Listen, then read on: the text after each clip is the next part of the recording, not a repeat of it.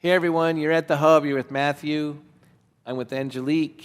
We're continuing on her story. She lived for over a decade in California, being an actor, performing in all different types of venues, and then at the same time started to practice yoga with Ryan Kest, who was a power yogi, right? And then was at that point beginning to transition into aerial.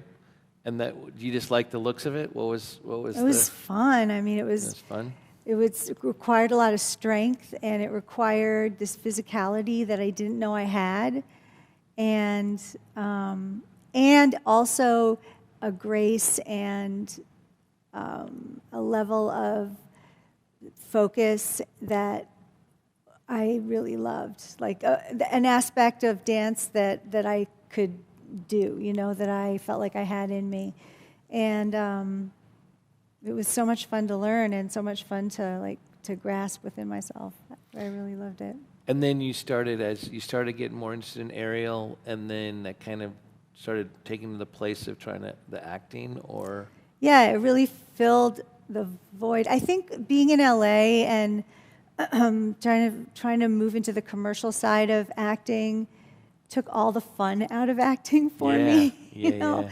And so I just was like, I just didn't want to do it. And my theater company started to disperse because some people got pregnant, had babies, moved away, and it was just this natural time to end stuff.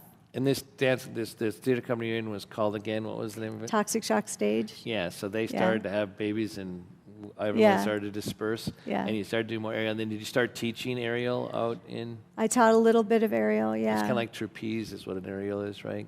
Yeah, trapeze, silks, Spanish web, anything like circus arts kind of stuff. And then you moved back to Minnesota because you got sick of Southern California, which can happen. I stopped on the way and did my yoga teacher training with Johnny Kest, Brian's That's what I thought. brother. That's who called me. Yep, Yeah. In Michigan. And that's how I in Detroit, found right? out about you, yeah. Yeah, because that's who called me. Mm-hmm. Because I got this call, right, saying, Johnny calling me and say, I got a student, can you do me a favor, right? Right. And I usually don't do that. Right. I never, just so you know, I never told you that. Yes, you did. You told me the first time I talked to you. I was like, what am I doing? And then here it turns into years later, and we worked together, been in a film together, stuff like that. But Johnny told me I've got a student that's been injured, right? Mm-hmm. And that's you. Now that I know that that's you, let's tell a little bit what happened. So 2012, I was just training. I was at the gym during the day, doing what I usually did to train, and I think I just I'm just imagining what happened is that I have tendonitis in my elbow, and I think my hand just let go. That's the only thing I can imagine that happened, because it was just doing stuff that I did regularly, and that wasn't that hard for me to do. But I just remember looking at my hand and being like, what? And it just let go. So, and then I kind of piked back and landed on my upper back, and then jackknifed over. My legs jackknifed over, and that's how I broke my back. Where's the break in your spine? L2. L2, so pretty low. And it's called a burst fracture, right? Burst fracture, and then a burst fracture at L2. So the vertebrae just literally burst apart, and then it dislocated at L2, L3, which is just below the spinal cord. So it's where the spinal cord ends and then comes out into like a horse's tail, the cauda equina, and so then some of the nerve roots just kind of broke away, and the dura kind of exploded open. It go back in there and so it's kind of hard to put back together again, right? I mean, but so then I remember I think you'd only been injured a week or two or maybe 3 by the time you called me. I was 2 weeks. 2 weeks. When you called me. I got your number from Johnny, I think.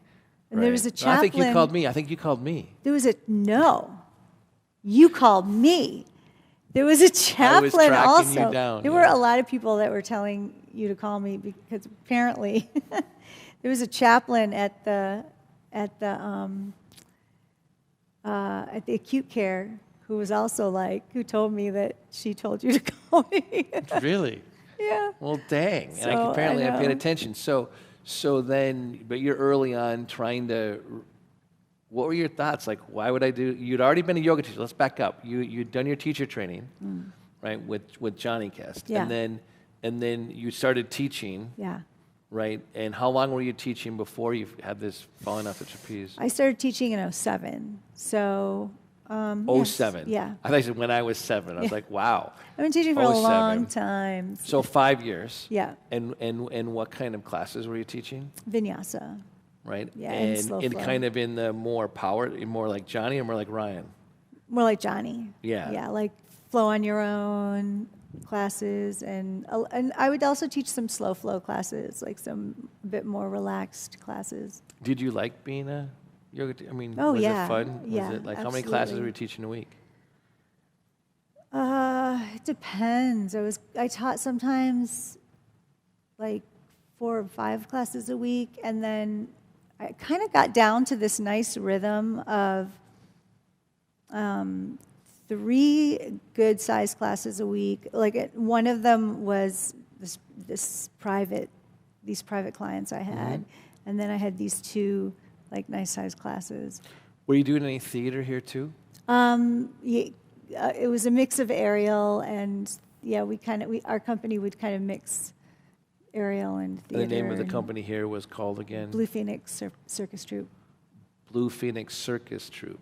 Okay. And then, you've been a yoga teacher, pretty established, like you're teaching a lot. Mm-hmm. This injury happens, and you're thinking, were you thinking yoga was over for you? No. I just knew aerial was over for me. Aerial. I don't know if I ever told you this. I might have told you this. So I was in, so I couldn't have, I'd gone through the trauma, through the emergency room, and they put me just in a bed to wait until surgery the next day. And they gave me one of those drips, with the button. Morphine, yeah. So I sat there all night with the button. And I was just kind of going through in my mind, well, this is... You've already gotten the news that you're probably not going to walk again? No, they didn't quite say that. Right. And my nurse, I had a nurse who was kind of assigned to me all night, and she said, sometimes you get, surgery, and it can just line everything back up again, and you're going to be fine. And I was like, oh, okay, that's good to know. But at the time, I couldn't even, I could barely move my hand. Everything hurt so bad. Your hands, too. Well, I couldn't lift my arm. Everything was... I knew something was not good. Deeply wrong, yeah. Yeah. So I was just lying there, and I was kind of thinking about my life, and I knew I'd done a lot of really great stuff in my life already, and I was like, okay, so if this chapter is done, then what am I okay to give up, and what am I not okay to give up? You're thinking this in the first day. Yes. Yeah, wow. They gave me some really good drugs. Yeah, no, but also that like, means you're a practical girl, too. And I'd done a lot of yoga. Mm-hmm. Yeah. So yoga, I think, gave me a lot of something calm, maybe. Yeah, totally. Yeah. So I was thinking, I can't give up yoga. And I was like, I got to go find that guy with the ponytail. Honestly, you're talking about me now. Yes. I was like, I got to go find that guy with the ponytail because he'll tell me what to do. And that's what I was literally thinking. And in another generation of me, I used to have long hair and a ponytail. Yeah. So you used to sort of see images of me from a long time ago. In your book, Waking, in the back, I think. In the back, but that picture is actually from the 90s. Yeah, I know. But that's the only thing I could remember at that time. I was like, he'll tell me what to do. So that night, that you're thinking that, so you got to find this way to continue the yoga, right? And then, yeah. Yep. And then, but I'm also, and this is kind of a digression, this happens when you get interviewed a lot, but also people ask you a lot that have enough courage to ask this question. That's actually, I don't even think is a real question, but they ask it, which is what did you think when you found out you weren't going to walk again? So I get asked that question all the time. When you told that, and it's one of those questions that seriously bugs me. Yeah. But not because I know people are curious, but there isn't one moment No, that you I also. know. I mean, that's No, yeah. What's your experience of that time when it was like, to me, it was kind of a blur. I didn't even, but I was way more injured too Yeah. than just the fracture. Right. I don't know if there was a moment. I know Yeah. that there were like a series of there was a period of time where I didn't want to believe that I was as injured as what I was at the time. Mm-hmm. You know, like I knew that I got back everything right away that my doctor told me I was going to get back. Right away being Well, she said within like six months to a year. Like she said, Okay. you're going to get, you know, your hip flexion and leg extension on your left side. Like she told me what I would get back. even on the left side, she could tell on which side. Yeah, she's wow, really that's good. amazing. Okay. She's Yep. the head of stem cell research at the U right now. Okay. She's Well, pretty. you had the right person She's then. pretty awesome. I got lucky. But inside, I kept I had that hope that even when I was doing a class, I was taking a class. You remember? I think I Totally. was next to a girl who had a higher injury level than me, and she's like, "All you got to do is practice walking." And I was like, "All I got to do is practice walking." I went home and I took the top of my my leg braces off because I was like, well, I can get this leg strong enough. And I went to stand up and I was like, no, I can't. This leg's not going to hold me up. So I was just I was laughing about that to myself.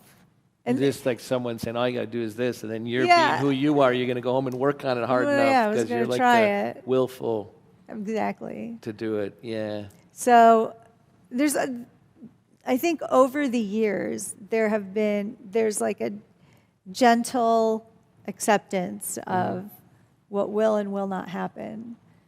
And I've come to accept that I won't walk again. And then there's the other acceptance of Yeah, things, I think you the know. question is interesting from our culture because I've been asked it a lot, and I think it's people wondering and imagining themselves in the same situation. It's not a question about you or about me. It's Yeah. about what would I do if I got told those news? Right. And what you would do. And one of the things that I always think there's such a big emphasis on accepting when you have a spinal cord injury, accepting your condition. And I look back and go, you know what? Kind of like what you're saying.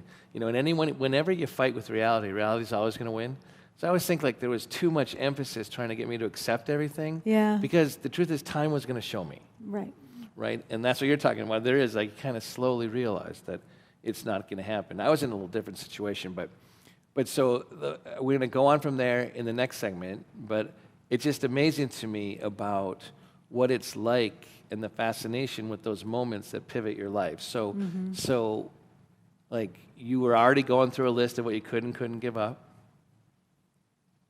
Were you thinking where you're going to live? Were you thinking I'm going to stay in? Were you planning anything like that? Didn't What other even- kind of practical things were you thinking about? Oh, that didn't occur to me. I wasn't that far ahead. No, I mean stay in Minneapolis, like that kind of thing. What other practical things? You're trying to decide what you can and cannot give up. What else stories did you tell yourself to get through that time? I didn't. That's all as far as I got. Is that you just couldn't give up yoga? I just couldn't give up yoga. So this is this woman loves yoga. And that's a really interesting thing. Yeah. And a good thing. All right, and until next time, we'll be back at the Hub with more stories of Angelique. Hey, I'm back. If you liked what you saw, there's more coming. To keep up with new releases, please subscribe to our YouTube channel and turn on your notifications.